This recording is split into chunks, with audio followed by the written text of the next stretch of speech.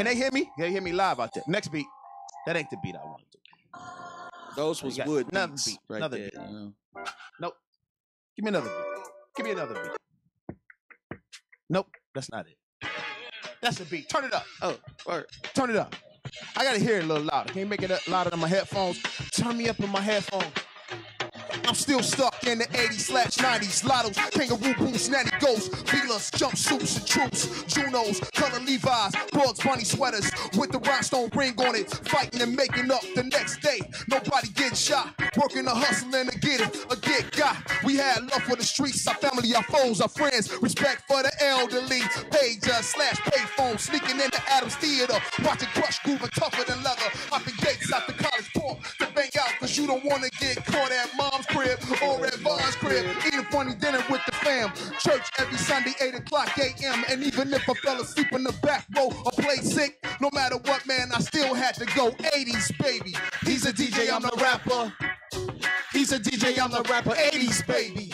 He's a DJ, I'm the rapper. Good evening, ladies and gentlemen. Welcome to the X-Cast, webisode number 81 of the X-Cast, actually. It's day 5064 in the search for Tim Shovelday. I'm your host, Josh Houslander. With me, as always, the podcasting master himself, the ultimate caster of the pods, Mr. Adam Hernandez. How you doing, Adam? Hello. I'm doing good. How are Awesome. I'm great, man. I'm good. We just got off doing our other one of our other shows. Debut episode of the best podcast in history, hosted by me and Tiffany Forisi. And I think it went really well. It did.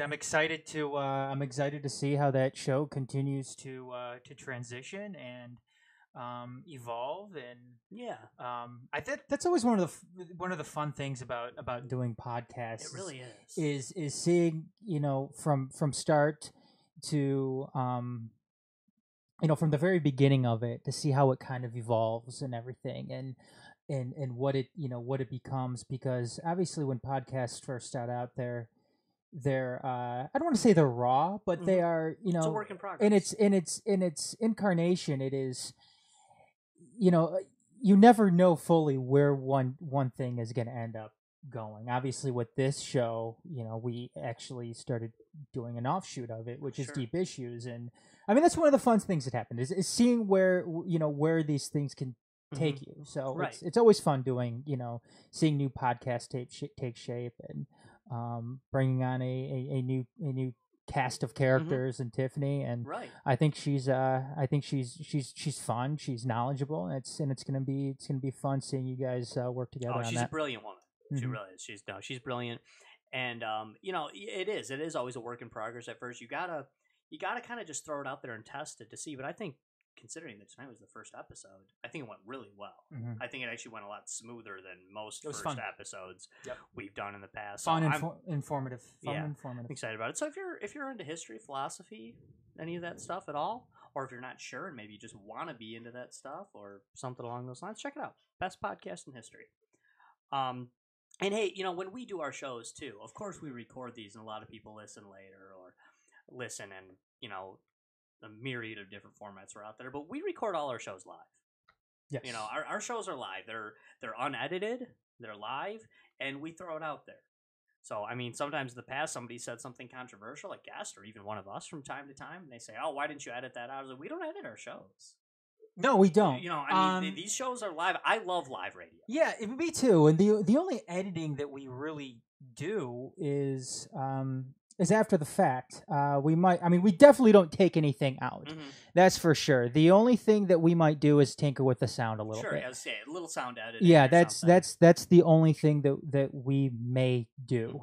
I certainly typically only when there's an issue, though. Yeah, right, we don't take anything out. I mean, and that's important too. I want to be as transparent as we can when we're talking about whatever it is we're talking about. We've got some stuff tonight that we're going to be discussing about. Obviously, we've talked about Donald Trump many times. We've talked about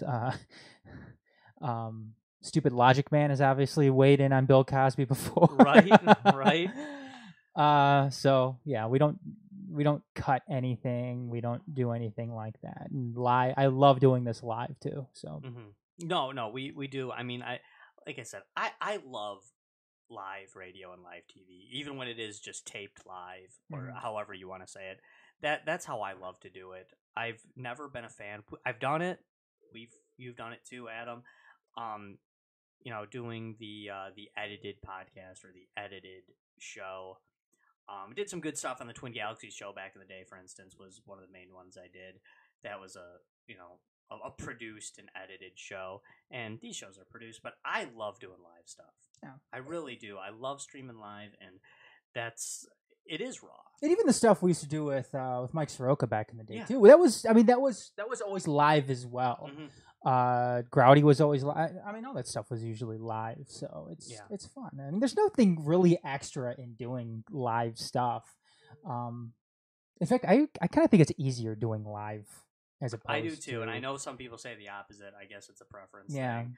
But no, I love to just talk live. Well, speaking of live shows, I don't know if you want me to go there, John. No, you can. Okay, you can. Okay. I mean, we can go ahead and address the future of the Houslander and Ferretti Hour. One of my shows that wasn't taped live. No, that was taped live as well. It was taped live. It wasn't broadcasted live. It wasn't streamed live, broadcast live. But like I was saying though, that show also was taped live with nothing edited out and then put out there. So that was another one that from time to time, especially with Mr. Ferretti, my co-host, who I guess, as it turns out, is now my former co-host. This is news to me just within the last couple of minutes officially, I guess. But people would call me and say, I can't believe Rudy said that. A lot of times that was Rudy. That was kind of Rudy's shtick. That was kind of funny, fun, whatever.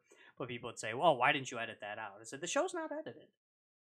The show is taped live, and then it's broadcast. I didn't always agree with everything he said. He didn't speak for me. I don't speak for him. But evidently that show is coming to a close. Recently, my buddy Rudy there has kind of lambasted me on Facebook. And I didn't see it because I guess he unfriended me. But until Adam actually brought it to my attention. So whether or not there will be a history, or there was a history, whether or not there will be a future to the Houslander and Ferretti Hour, I don't really know. Rudy, I actually like you, buddy. I actually do. You're a good dude. But you fly off the handle, and you go a little crazy on people, and I think maybe fly off the deep end a little bit there, quite a bit, actually. And if that's how you want it to be, I guess that's going to be. It's not, I host a lot of podcasts. They can't all last forever. They don't all last forever. It's not the first podcast I've been on that's come to an end. But like I said, I started a brand new one tonight, and evidently I stopped doing one tonight as well. But you got any thoughts, Adam? I know you and Rudy have butted heads from time to time, but we've had some fun with him here on this show as well. Yeah. Look, Rudy, get help, man. I don't. I differ in my thoughts from you, Josh. I think Rudy is a douchebag. Quite frankly, I think he is. I think he's a complete and utter douchebag. Who and I told you on the that, and I feel bad for saying that because I don't know the guy incredibly well, but the only thing that I have to go off is mainly a bunch of different emails that he sent to me, which forced my hand, quite frankly. It forced my hand. Emails. Look, I when I agreed to go and put this podcast up on the EmpireMedia.com, I was doing it when I had the time to do it. Sure. Much like yourself, Josh, you do the show when you have time to do it. Unfortunately, you and I aren't living under the same set of circumstances that Rudy is. No, we're not. You have kids. I have a family myself, just like you. And there's shit that needs to get done during the day. You have a full-time job. I have a full-time job. If anybody...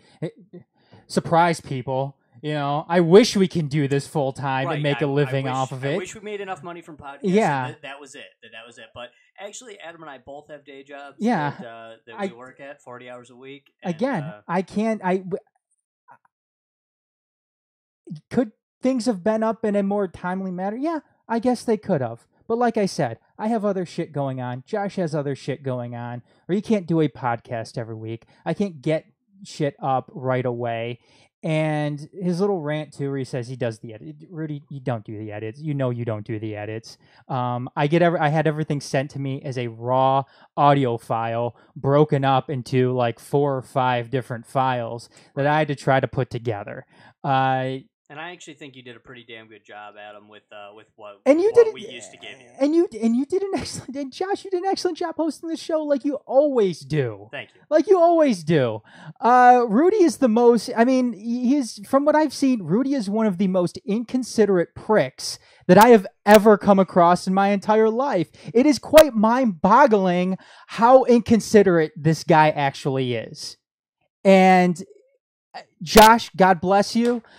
I don't know how you were able to do it, how you were able to go on as long as you did dealing with this guy, because it's really quite amazing that he is how he is and you're able to put up with it for that long. And again, I told you, and I feel bad for saying this, but it seems like you said Rudy is really good at making friends, but it seems like he's much better. And I added this. It seems like he's much better at losing friends. Yeah. And it's unfortunate because what this show could have been, what the Houslander and Ferretti Hour could have been, it could have been a very informative video game show. It could have been. And you guys both know your shit on video games. No, we do. And Rudy, buddy, I did consider you a friend, but I can't be yelled at and screamed at all the time about stuff like this. It's podcast came to a close, and that's that. I always did the very best I could to host a show and to give Rudy, a guy who had kind of been silenced and was, although he was off the handle and would say extremely controversial things from time to time. So Rudy was kind of a bit of a voice of the downtrodden gamer to some degree.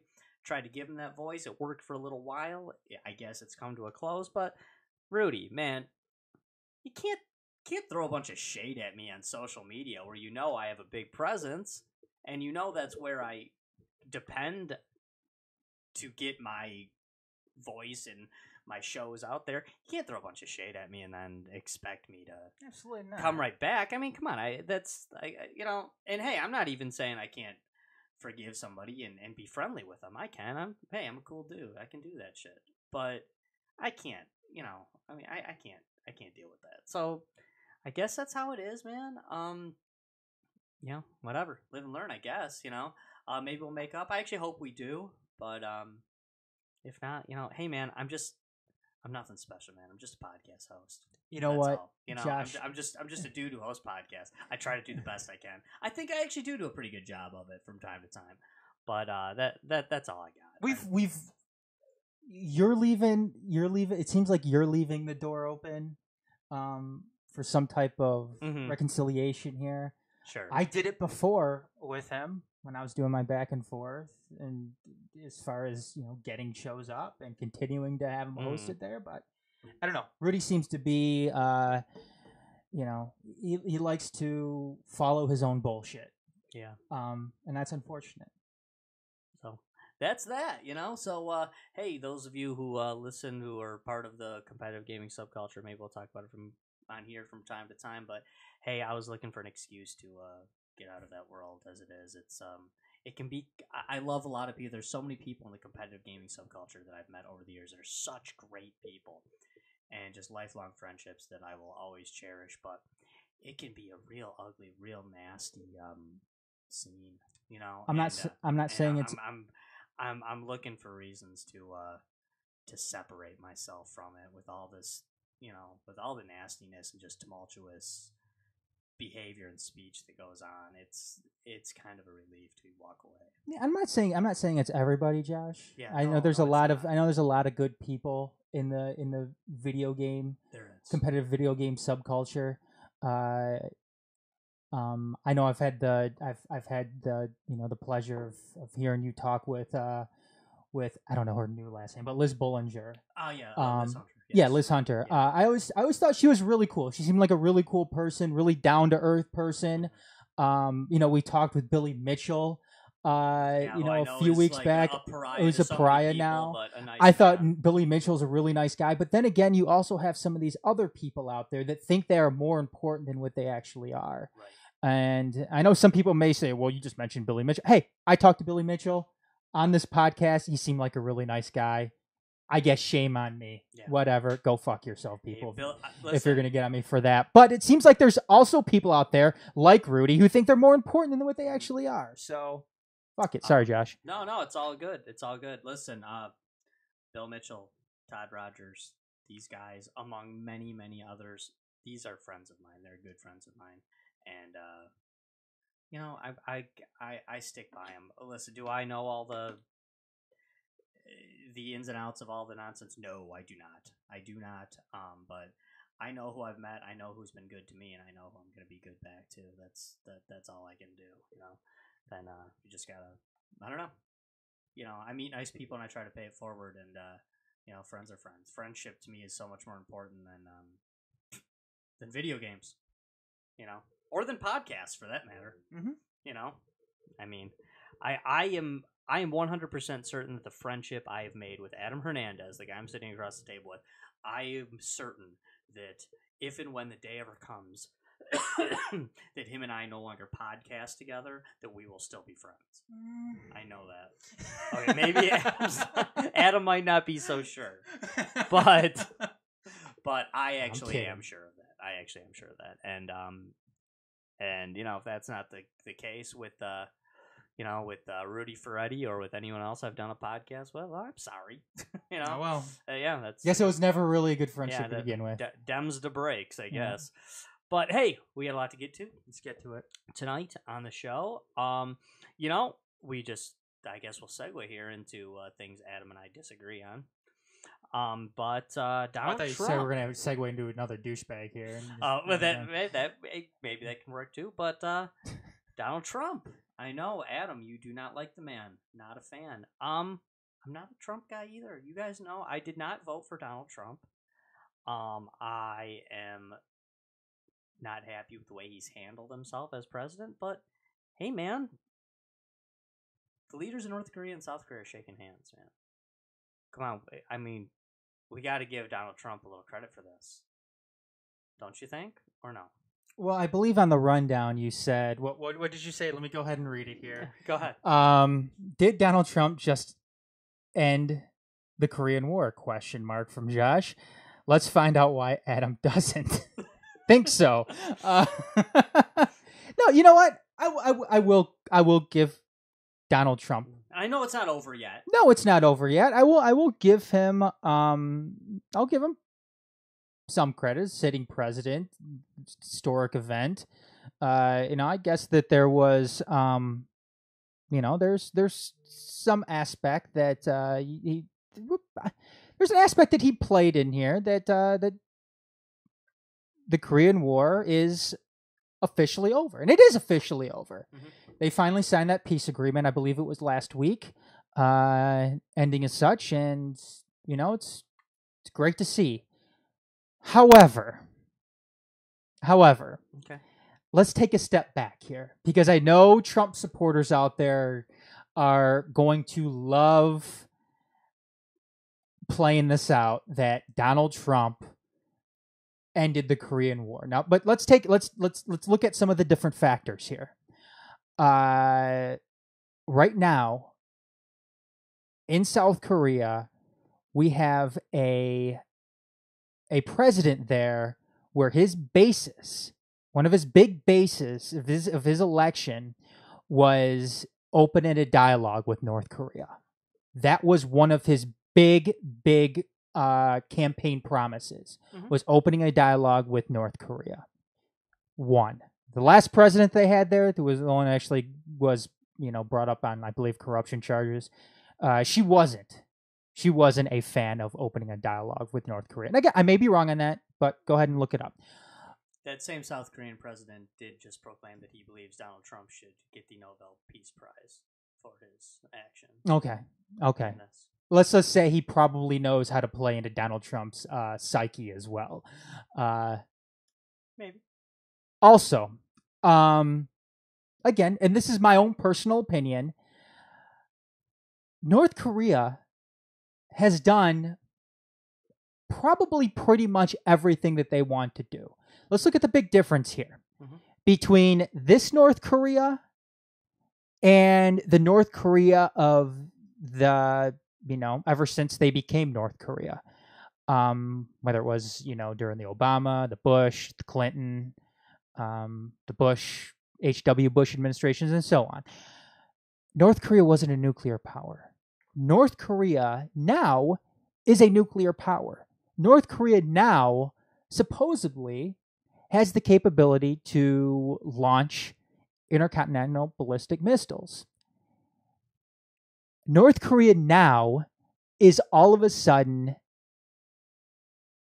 a major player on the world stage. Why? Because they are now a nuclear power. So, again, we have to see how this plays out, but is Kim Jong-un saying all these things now, knowing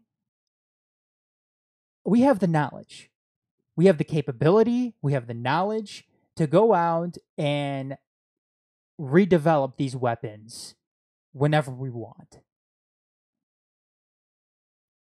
And knowing that, he can go into a negotiation with Donald Trump with that in his back pocket and get what he wants. Essentially, what he wants. And that's not Donald Trump's fault. That's not Donald Trump's fault at all. Donald Trump came in a time where you had a bunch of administrations prior that looked the other way when it came to North Korea.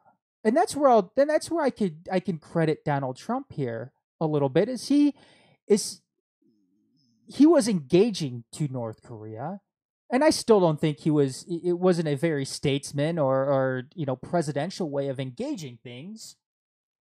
But he didn't look past North Korea like other administrations have done in the past, where they let North Korea do whatever it is they wanted to do, which is exactly what happened, because North Korea eventually gained the capability of building a nuclear weapon, building a nuclear bomb. But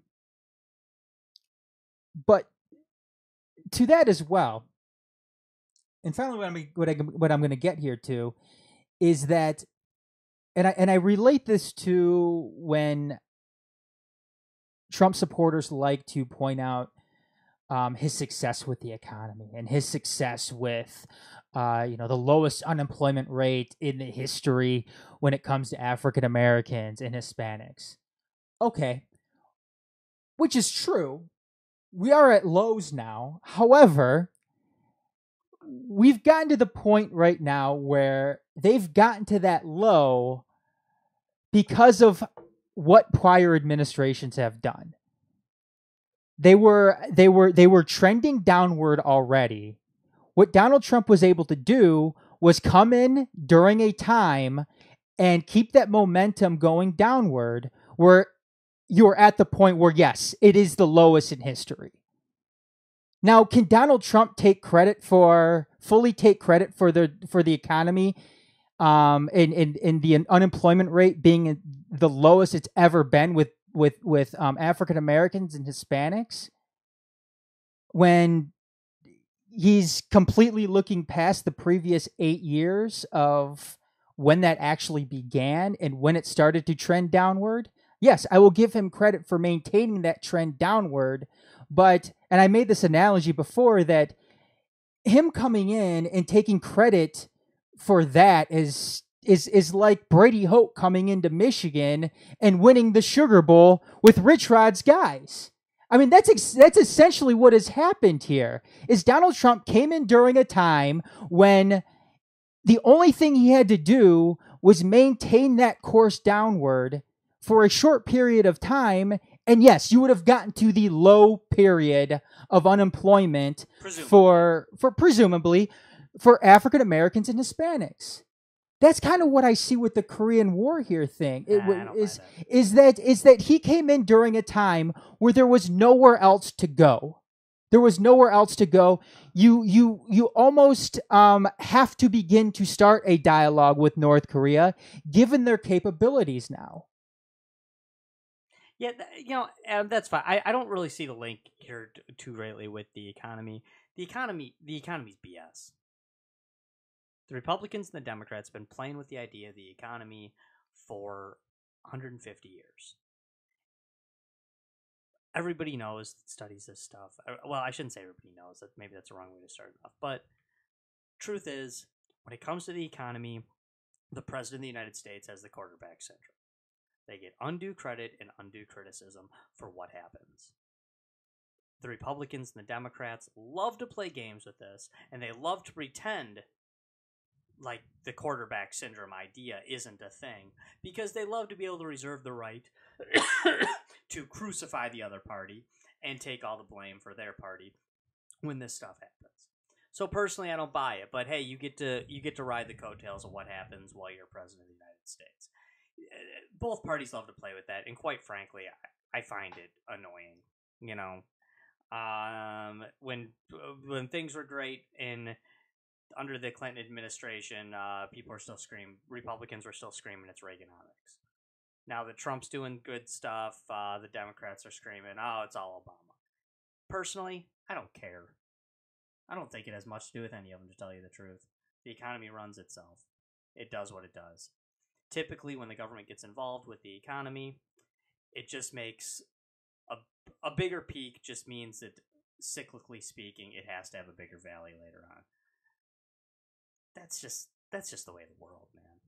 You know, so personally, I hate it when the government does things to make the economy great, because then when it inevitably takes the downswing, it's got to take a bigger downswing to make up for that bigger upswing. But with that being said, when you're talking Korea, was this all in the making? I don't know. I don't know that. I know that Fox News and CNN and the Republicans and the Democrats have both, over the last 5 to 10 years, have both talked about how what Donald Trump is doing right now would be a terrible idea and it would never work. And as much as I think Trump can be a pig and very unpresidential and not say the right things and not do the right things, and I don't particularly even like his ideology. A little too statist for me, a little too big government for me, a little too anti-liberty for me. I know there's Trumpkins out there that hate it when I say that because they think he's a libertarian guy. He's not. But who thinks that? God, a lot of people do. Actually. Oh my God, fans believe that, but it's not really the case. But that's not. I alone can fix it. That's very libertarian. But listen, this last Sunday, I want to put things in perspective here. This last Sunday, my family got together and we celebrated my parents' 40th wedding anniversary. Congratulations to them. Yes, thank you. They're very quite a feat. It is quite a feet. 40 years being married. Something Donald Trump will never record he'll never break. Definitely not. One I'll never break either. I'm gaining on Trump for numbers of divorces and baby mamas, so I'm not going to rip on him for that. But you know, my parents, like I said, 40 years of being married. Neither of them were born when the Korean War started. Mm-hmm. They were both born in the Eisenhower administration. This happened during the Truman administration, or started during the Truman administration. President directly before him. There are senior citizens who are alive now watching this who have never known a world without the Korean conflict. I know it's supposed to be called Korean conflict. I like to call it the Korean War personally. Because although as an American citizen, I like to view it as an illegal war. Because yes, it's true under the Constitution. Congress is supposed to declare war, and the last one of those that happened was World War II. But that doesn't, just because they didn't do it the right way, that doesn't mean people didn't go over there and fight and die, and that Korea, Vietnam, and Afghanistan, and Iraq. Is that a loophole? Over. Yeah, no, they're wars, if you ask me. But, not legal wars. There really aren't. But hey, that's a constitutional issue, nothing else. And evidently, that's just the way things work now in the United States, and I guess we just deal with it. But Donald Trump has he's accomplished something here. It's this happened on his watch, and I have been, like I said, North Korea and South Korea are shaking hands. And the president of South Korea, whether it's posturing or not, is claiming that Donald Trump should be getting a Nobel Peace Prize. He won't, of course, because we all know who runs that, and they don't like Trump, so he won't get it. But who cares? The Nobel Prizes are kind of dumb at this point anyway. Kind of a publicity thing. That's fine, though. I'm not even trying to rag on it that much. It's just, that's kind of what it's become. But I have been so hypercritical of the way Donald Trump speaks, the way he acts, the things he says. So I will give him some major props on something, because I thought he actually had the perfect answer. Someone asked him about the Nobel Peace Prize, and he simply said, "Peace is the prize." And it's a good quote. I gotta say, I like what he's done here. No, that's a good quote. It is. It's that's an excellent quote. I like that. Yeah, no, I do too. And hey, I'm not a Trump fan. All right, I don't ideologically agree with him, and with as disenchanted and disenfranchised as I feel I am at this point, I'm not gonna vote for him. But I equate him to this, and Adam, you're probably going to hate this because I'm not trying to equate them necessarily as men or as success stories per se. But ideologically speaking, whether it was then, now, future, whenever, I could never vote for Franklin Delano Roosevelt. No way. I wouldn't be able to do it. I'm sorry. The man is a socialist to me. I mean, historically looking at him and knowing how I feel about things, I guess it'd be a little less because he didn't run on that party. He was a Democrat. But I could never vote for Franklin Delano Roosevelt. I don't like his philosophy. I don't like his ideology. I certainly couldn't vote for somebody for a third term like a majority of Americans obviously did. But as somebody that knows history, am I going to look back at Franklin Delano Roosevelt and act like FDR wasn't a good president? I mean, I'm not a fan of the policies of the New Deal, but hey, he ended the Great Depression and won World War II, didn't he? It happened. What am I going to do, lie about that? No, I mean, it did. It happened. So, did he win the World War II, or did... Well, Truman did. I mean, it ended under Truman, but... no, I know what you're saying. I'm speaking. Hey, he, formed the alliance with England and what was left of France and Russia, our mortal enemy. In some ways, what was left of France? I guess that's a topic for history. Yeah. Best podcast in history. Yeah, the Free French were, part of France that had no land. They're cool. That is a cool thing to look up. France is separated into three things at the time. The Free French, the Vichy French, and the La Resistance. The badasses in there are La Resistance. Yeah, that's what I meant. La Resistance is they were the Free French are very much a figurehead, and they're there in a governmental form with absolutely no land. And Vichy France was the puppet state. Yeah, Vichy France were, and there were many French people that for Vichy France fought for the Nazis. Mm-hmm.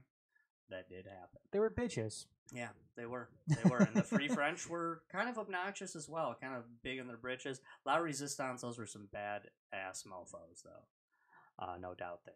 But listen, I'm not going to go as a historian and pretend like FDR shouldn't be put in the top 5 of presidents because of what he did.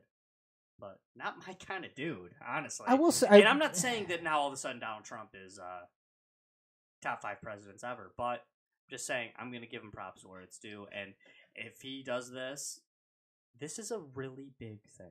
You know what the scary, you know what the scary thing about this possibly is, Josh. But you said a key word there, which I think is crucial to this whole discussion, is on his, or a key phrase, on his watch. And I will maintain that we would have gotten to this point eventually. Was Kim Jong-un kind of stepping back a little bit, letting Donald Trump do what he does while he continues to put the final touches on his weapons program? Possibly. And because of that, were we going to get to this point, despite what Donald Trump happened to say on Twitter, whether he calls him Little Rocket Man or calls him fat or whatever? Sure. What's potentially scary about this here and now with that upcoming summit, which is going to happen in May or early June between Donald Trump and Kim Jong-un, is where do you go from here? And what I mean by that is, what happens if this doesn't work out? Because this should have been the final step, the final step in a long process. And I'm not so sure we should be at this spot just yet. And let me tell you why. If we're opening a dialogue with North Korea, I think that's good. I think diplomacy is always our best option. But opening a dialogue, going from Mike Pompeo having his discussion with them, then straight to the president, not much is left in between there for other diplomacy leading up to that. Because now if Donald Trump sits in there, if he goes to the summit, starts negotiating with Kim Jong-un, what happens if it doesn't go right? What's left after that to do? And I think that should be very worrisome when it comes to a guy like Donald Trump, who obviously speaks off the cuff. He isn't quote unquote a politician. He's not very eloquent. He's not a very eloquent guy. He's a very abrasive, in your face type of guy, which I know that's the reason why a lot of people love him and why a lot of people voted for him. But my big question is, what happens if this doesn't work? What happens after the honestly, fact? Adam, I don't think if it doesn't work, I don't think we're worse off. I see that, but I think that's the big question. I don't know. Not to mention this, he's got to look at this Iran deal beyond the fact that it happened during the Obama administration. And quite frankly, the only reason why he probably doesn't like the Iran deal is because he didn't sign it. It didn't happen under his watch. I don't know. There's a because you know what though? You know what though? It's working. Iran isn't making a nuclear weapon right now. And you know what? There are more strings attached to that deal than just the United States being involved in it. The United States has a bunch of allies in that deal who came to him and said, hey, we can't not do business with Iran anymore. We cannot keep doing that anymore. We're going to eventually have to work out something with them. And the United States says, yeah, you're right. We are going to have to work out something with them. So let's sit down. Let's figure something out. And lo and behold, it's working. Now, what happens if Donald Trump goes and nixes that deal, which could potentially happen by, I believe it's May 12th? How is Kim Jong-un and the North Koreans going to look at that and be like, hey, he just nixed the Iran deal. What's going to happen with our deal if we end up signing one with him? Is he going to eventually go and look at this and be, in a year from now, be like, oh, I don't like this deal anymore, so I'm going to go ahead and get rid of it. And they'll be right back at square one. You just made the point that North Korea is in the catbird seat because they have the knowledge and the capability to make a nuclear weapon. And if that's true, then you would have to say the same thing about Iran.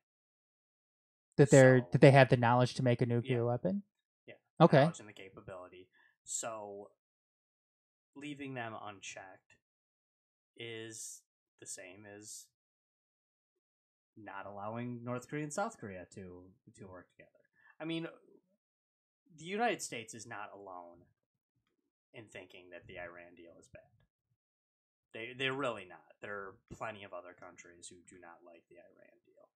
And just like the United States of America, just because a leader of a nation likes something or dislikes something, that doesn't mean that 100% of the people back them.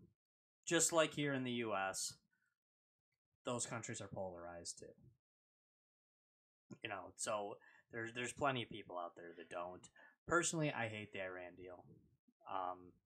I hope Trump does get rid of it. You know, I don't like the way Trump handles himself, but right now I'm taking this one thing at a time when it comes to this Korean thing.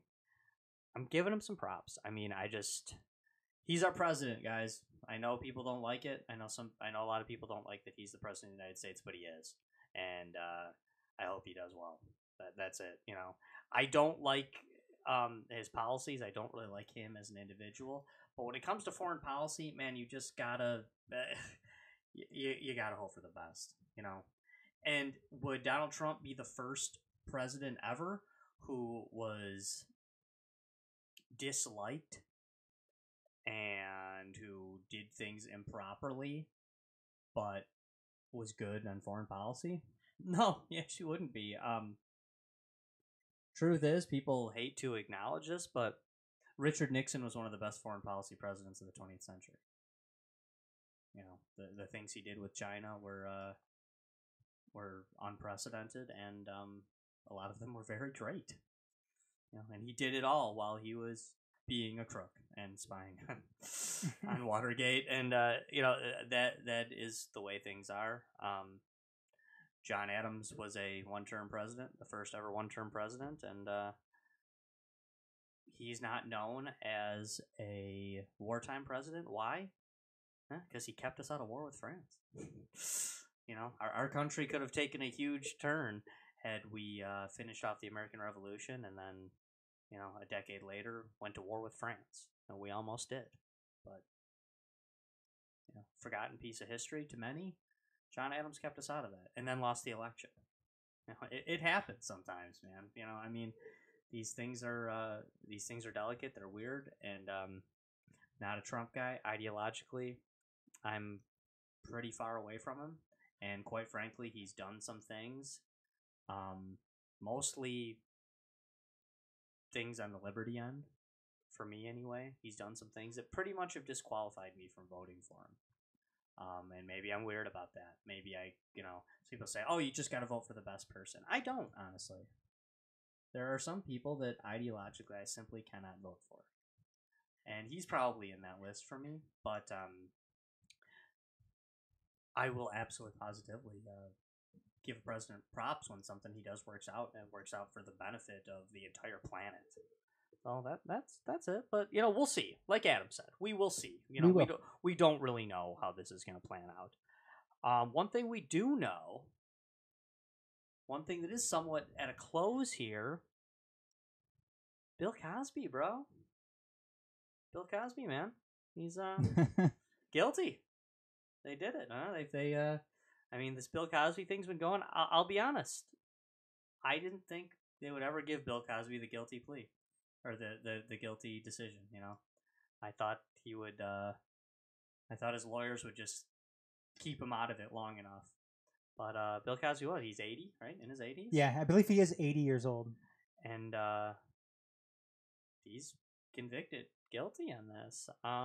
Any thoughts, Adam? You know? Well, I think it certainly seems like justice has been served in finding him guilty. I mean, there was a lot of accusation. There's a lot of allegations against him, and they certainly seemed credible.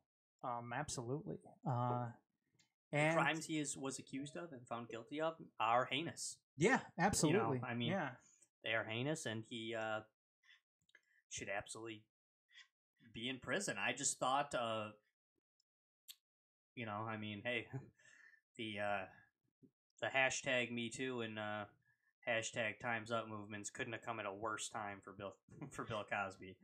That is for sure. And hopefully that is a good thing.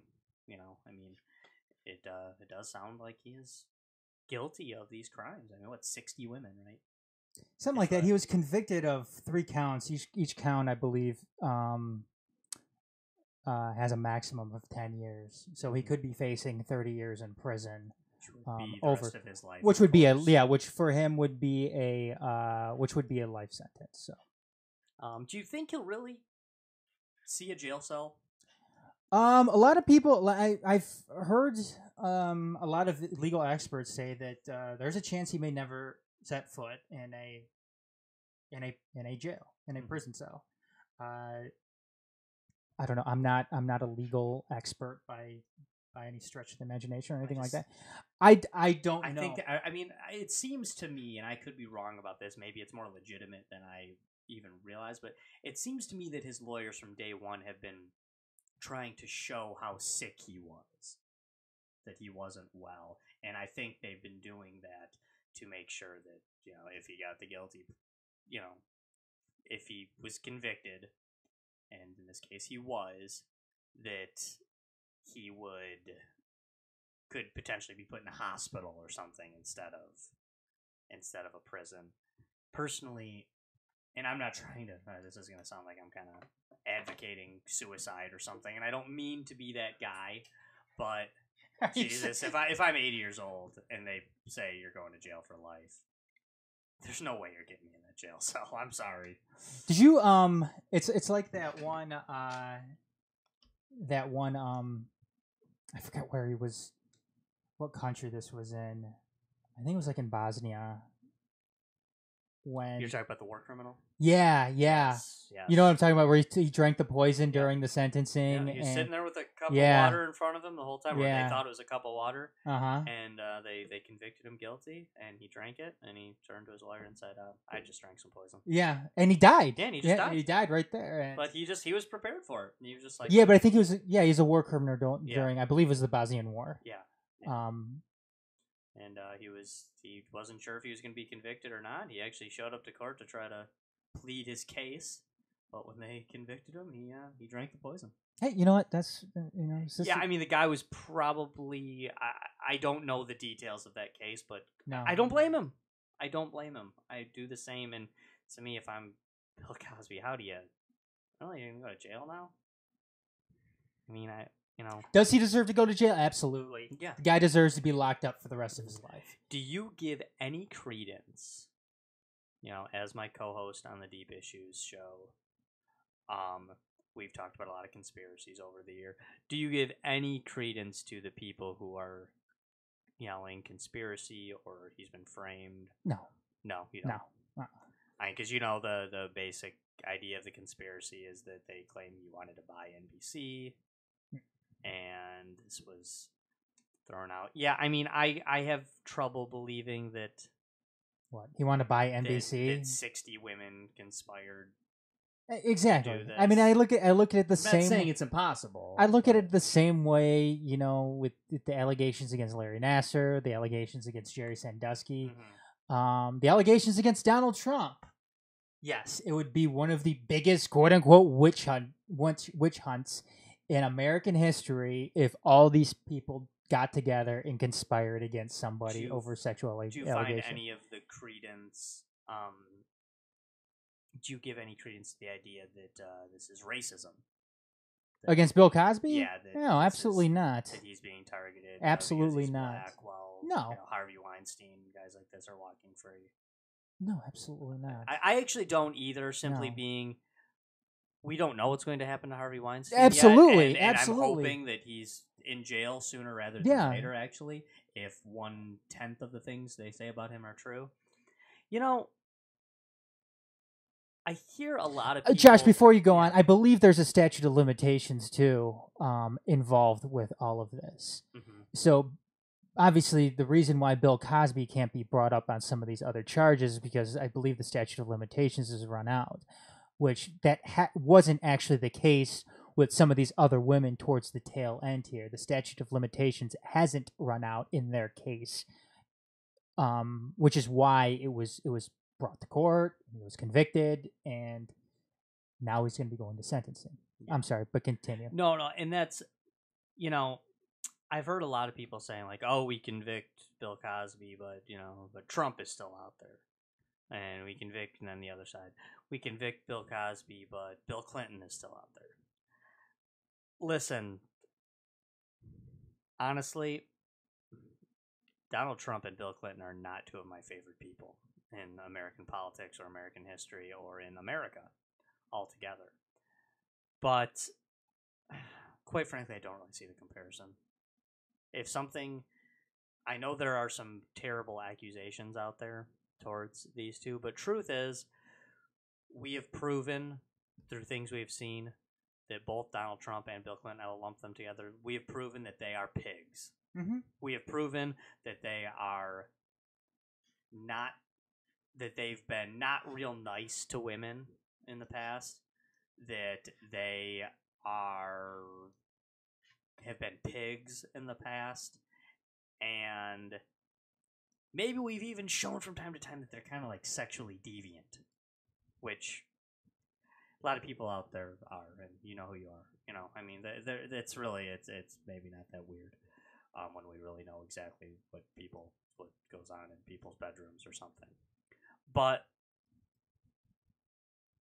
what Bill Cosby was just convicted of doing is extremely heinous. Yeah, it's bad. It's bad. Absolutely. And when you can try to rag on Donald Trump, you can try to rag on Bill Clinton, you can try to bring down some of these other people. What's his name? Louis C.K. Listen, pigs all, okay? Jerky, perhaps even criminal, but on the same level as what Bill Cosby has been accused of. Not even close, people. Not even close. Really. It's just not there. Mm-hmm. So until it is, stop making that comparison. This is like, okay, now I don't want to inadvertently make the Hitler comparison when ripping on people for making the Hitler comparison. So I'm not comparing Bill Cosby to Hitler at all here. But this is like the people that every time somebody does something bad, every time a leader does something bad, he's Hitler. Yeah, I know the exactly. Republicans do it, the Democrats do it, everybody does it. They do it in Europe, they do it in the United States, they do it down in South America. If there's anybody in Antarctica, they're probably doing it there. But listen, somebody put a bill together that is trying to take your guns away. I'm very opposed to that, but that doesn't mean they're Hitler. Somebody said something that was construed as racist. They're not Hitler, okay? It's like, oh, well, they just made an anti-Semitic remark. They're the same as that guy that killed 6 million Jews. No, not the same thing. Somebody was a misogynistic pig in their past. That doesn't mean you raped and drugged. Like, perhaps, 3 figures worth of women, Mm-hmm. I mean, possibly, we got about 60, 65 on the list here. It's got to be 100, Yeah. So come on, it's not the same thing, people. Throw me some real evidence if you want to make a comparison like that, because it's BS. It's crap. It's crap. It's crap. Yeah, it's like Stupid Logic. Oh Man says. man, we got to do some more recordings of Stupid Logic. Yeah, man. we really do. Do you have that one still? I've got to find it. I can't Yeah. because the Bill Cosby one. I think there's only 2. I think there's a Joe Paterno and a Bill Cosby. There was a third one. I think there was a third one too. Yeah, we got to bring Stupid Logic. God, they were so ridiculous. They were so ridiculous. Yeah, so I don't know. Maybe there's some people listening who have been, loyal listeners who remember Stupid Logic Man, but he should definitely make a comeback. Adam, not just because we're running short on time here, but I kind of had a change of heart. We were going to do some Avengers Infinity War talk, like heavy spoiler laden. I don't think I want to do that just yet. Why not? Because it You're a hasn't been pussy? out that long. Yeah, You're a bitch? It hasn't been Is out that what it long. is? I don't. Oh, you suck. I don't want to spoil it yet. So a couple weeks, maybe. What happens at the end? Jeez. Do you really want me to spoil it? Yeah. Okay, all right. Everybody listening, Everybody if you listen- haven't seen Avengers: Infinity War and you don't like spoilers, turn off your radio. I'm giving you 10 seconds here. All right, time's up. Okay. Listen, heavy spoiler alert. You really want to know? Yeah. Everybody dies, man. Everybody? Like 2/3 of the characters die. Wow. Spider-Man dies. Doctor Strange dies. The Guardians of the Galaxy, all of them but Rocket Raccoon, all die. Black Panther, Fucking dead. Disney, man. Falcon, dead. But they're gonna come back. Well, They're gonna yeah. come back. I mean, Thanos, he wins. Oh, they man. don't come. Well, that's different. Yeah, I mean, no, Thanos, he gets the Infinity Gauntlet, he gets all the gems, and he wipes them out. And the movie is badass, dude. I thought It's cool as hell. It's I cool. was gonna- But I was- yeah, dude, everybody dies. Are they Fucking gonna- Spider-Man. Are they going to come Die. back as Black Lanterns? But that's DC. Yeah, that's DC. That's DC. But Until Disney buys DC, and then they'll come back as very Black cool. Lanterns. But yeah, I mean, prediction that I think everyone's on board with me. They're gonna come back. Oh, they So have to. all you people out there are like, oh my god, they killed that guy. I mean, Spider-Man 2 is in the works. Guardians of the Galaxy 3 is in the works. They're gonna come back. But it'll be How do cool. they? Who kills him? Thanos. Oh, really? Yeah. He gets all the gems in the Infinity Gauntlet, and he Is he in wipes them Fantasy out. Fantasy? Oh yeah. Member better than Fantasyleague.blogspot.com. Yeah, check it out. Nice plug. Shameless plug. Hey, but cool movie. Hey, you know, back in the day in the comics, Adam Warlock shows up. You know, he gets the Infinity Gauntlet, brings everybody back, and in the cutscene at the end of Guardians 2, they kind of reference Adam Warlock. So it's happening. And at the end, for those of you who didn't quite get that, you know, I think most of you did, or if you have looked it up since then, but the cutscene at the end of the movie, dude, is Maria Hill and Nick Fury, Sam Jackson. They die too. Oh, really? Yeah, but he right before he dies, he gets the code red out, which is to Captain Marvel. So he's calling to Captain Marvel for help out in space. Great though, you gotta love it, man. End scene. You know, it's the cutscene after the credits. Sam Jackson's fading away, he's dying, and throws out a mother. But doesn't finish it, of course, because it's, you know, Disney, it's PG-13, but they almost have Sam Jackson throw out a motherfucker at the end, but doesn't quite. So, good stuff. Very funny. Very good. Cool movie. Cool as hell. Thor was awesome. You know, I loved it. I've been talking to a lot of people who've seen it. I haven't met any haters yet. I thought it was great. So, hopefully, you know, you hit that dial quick enough and didn't spoil it for you. But hey, want to go around the Empire with Adam Hernandez? Yeah, and it's funny because Mark Ruffalo actually apparently spoiled the ending too for everybody. It says during an interview with Good Morning America in 2017, the actor accidentally revealed the ending to the Avengers Infinity War, but he quickly caught his blunder, recovered, and turned into a joke.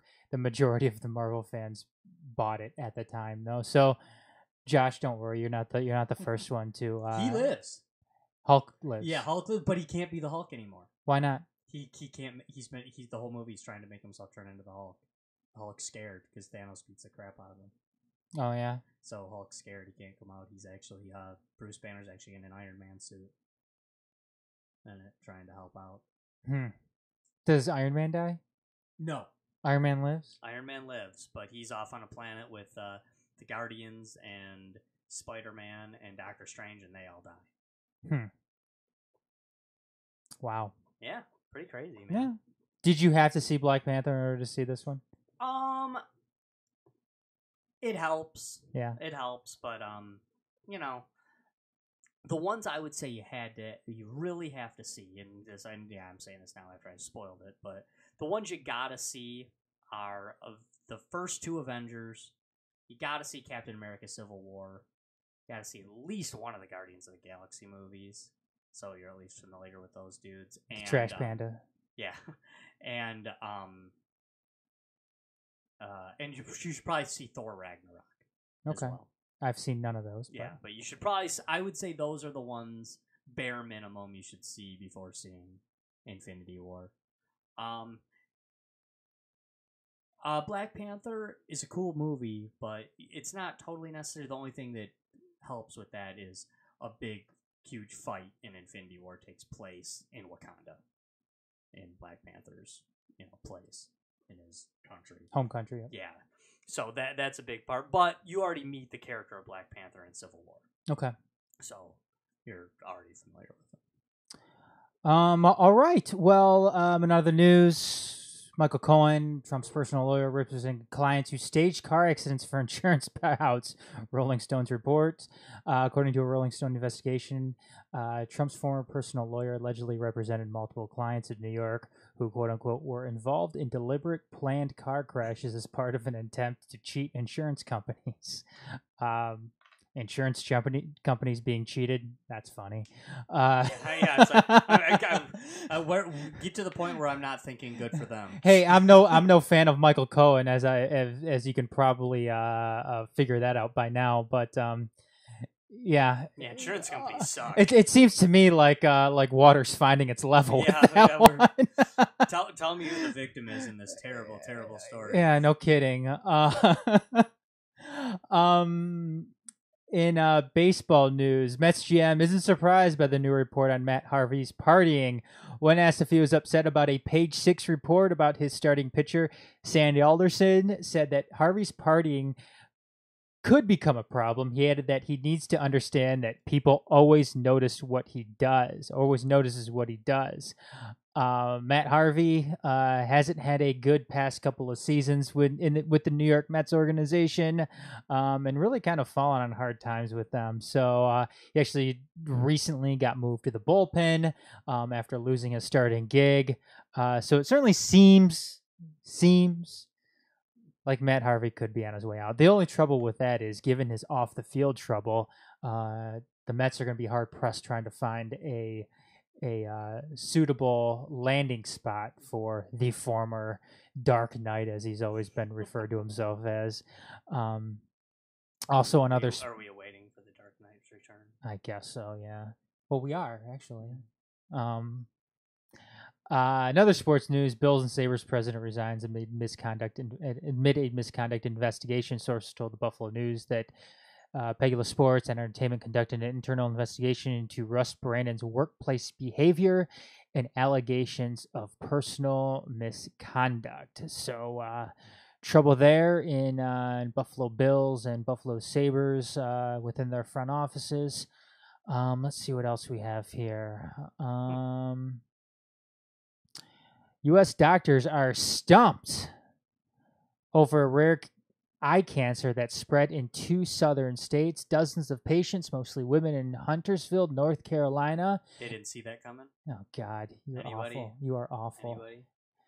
And Auburn, Alabama, have been diagnosed with ocular melanoma, a rare form of eye cancer that typically only affects 6 in every 1 million people. 3 of the patients in Alabama are friends who attended Auburn University together. That's weird. That is definitely weird. Eye cancer too. Yeah, I don't believe in coincidence. Not in that case. Yeah. I mean, especially given how rare this type of cancer is. I mean, one out of Auburn, huh? Yeah. Is this? I mean, did it say something about them being football fans? And did they see the Crimson Tide coming? Just blind you. No, that's it. Wasn't it? No, you don't like that theory. God, you're lame. I don't know, man. Kanye West, who Josh is a big fan of now. Yeah, big Trump supporter now. Yeah, I guess Kanye and I kind of. Guess we kind of came out for Trump at the same time. We're spirit animals, me and Kanye. Kanye West says slavery sounds like a choice on TMZ Live. Kanye chatted with TMZ staff about Trump, slavery, and more before joining in discussion with Candace Owens. Many are applauding TMZ's Van Lathan for openly expressing his thoughts on Kanye's comments on slavery. Let's see here. Can I get a quote? Kanye West during TMZ visit. I just love Trump. That's my boy. So many rappers used to love Trump, but then he get into office, and now they don't love him. Trump is one of rap's favorite people. Where's that slavery quote though? I don't know. Listen, Is it slavery and choice kind of? Aren't those? Well, what's the term? An oxymoron? Yeah, I mean, slavery by definition is not a choice. Yeah, that is, if it's a choice, and it's not slavery. If it's slavery, it's not a choice. I mean, that's their obviously. They didn't. People, especially in American history, they didn't bring people over from Africa to volunteer to help white. Even in cases where it was very similar to slavery, when some sort of choice to be put into that is made because of the very definition of slavery. That's why the different word is invented called indentured servitude. Mm-hmm. Indentured servitude is almost like in lieu of slavery. They are somewhat enslaved, but it was a choice that they made. But because slavery being by definition not a choice, that's why they have to come up with a different term for it. Sure. But listen, you know what, man? I'm not a Kanye fan. I think he's goofy. There's some songs of Kanye's that I like. I don't like his music, but that's not anything against him. I just not my cup of tea. But listen, in the current climate with everything, I give Kanye West a lot of credit, actually. The opinions he holds right now about Trump, I don't really agree with him. But listen, they're very unpopular opinions to have, and he's standing behind them, and I give him a lot of credit. I actually really do. It takes balls to have that opinion in Hollywood and with famous people right now, in the crew he runs with, and the people he talks with on social media and the people he's with. It takes a lot of balls to have that opinion, and he has it, and quite frankly, he has every right to. It's not insane. No, he for does. Somebody to support the president of the United States. No, it's not like he's supporting. I mean, he's supporting a guy that won the election. Obviously, he's not alone. A healthy percentage of Americans agree with him, and good for him. Honestly, good for him. I think it's ballsy. I don't even agree, but I give him credit. I honestly do. That's it, Josh. Is that all we got? So yeah, we did some good podcasts tonight. Good podcasting. I hope. Just give me a second to. I will. And like I said before, if you're interested in history, politics, philosophy, even some of the other topics that we're going to be delving into, spirituality, even we're going to delve into, because Tiffany and I are both into that a lot. But if you're into that stuff, especially history is going to be the main focus, please check out the best podcast in history. We taped our first show tonight. We aired it live, and it's out there for the world to see.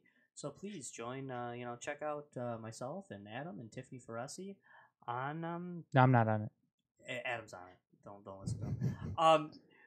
But please check us out on the best podcast in history. I really am happy with, shows often get off to a strange start, or, you gotta kind of work the kinks out of them, but very first show tonight, I was very happy with it.